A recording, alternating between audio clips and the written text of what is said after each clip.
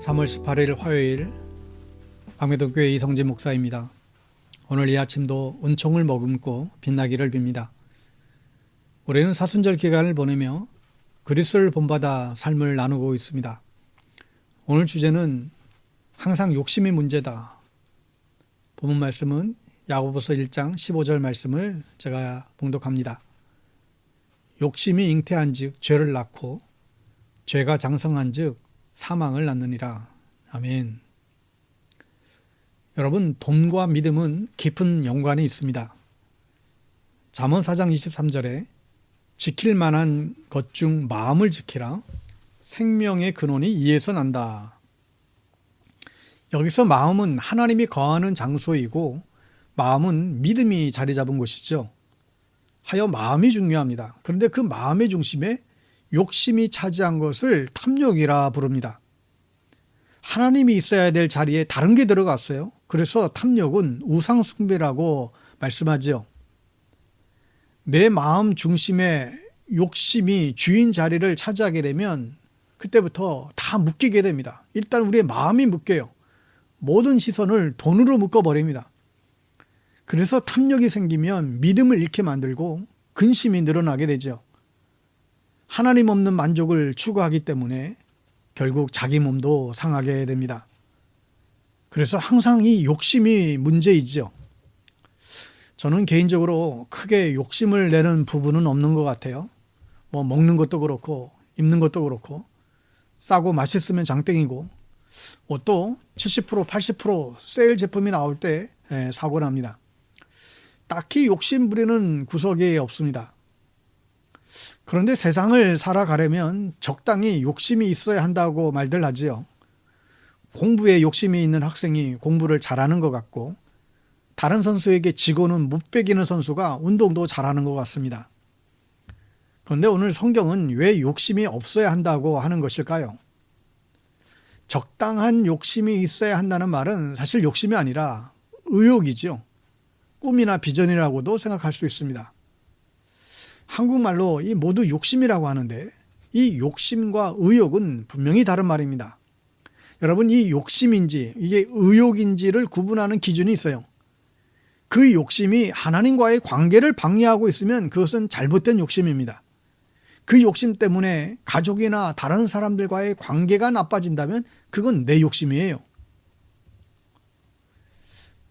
다윗은 믿음이 좋은 왕이었죠.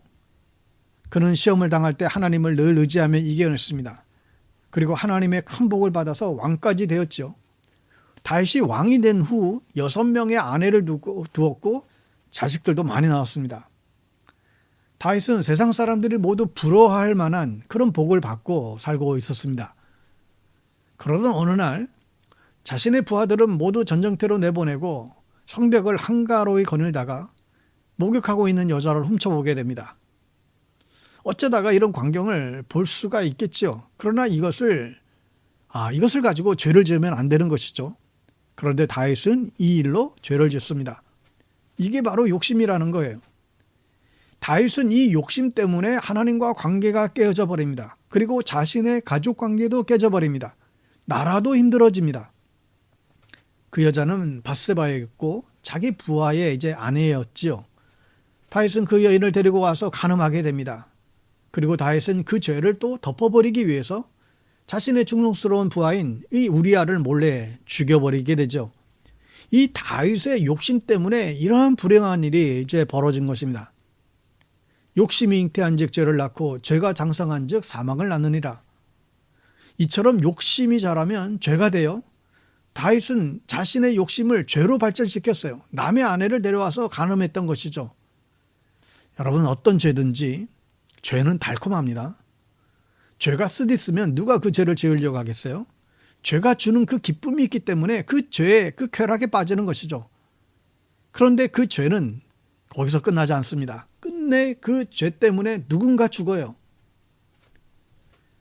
다윗의 죄 때문에 밧세바가 낳은 아들이 죽게 됩니다.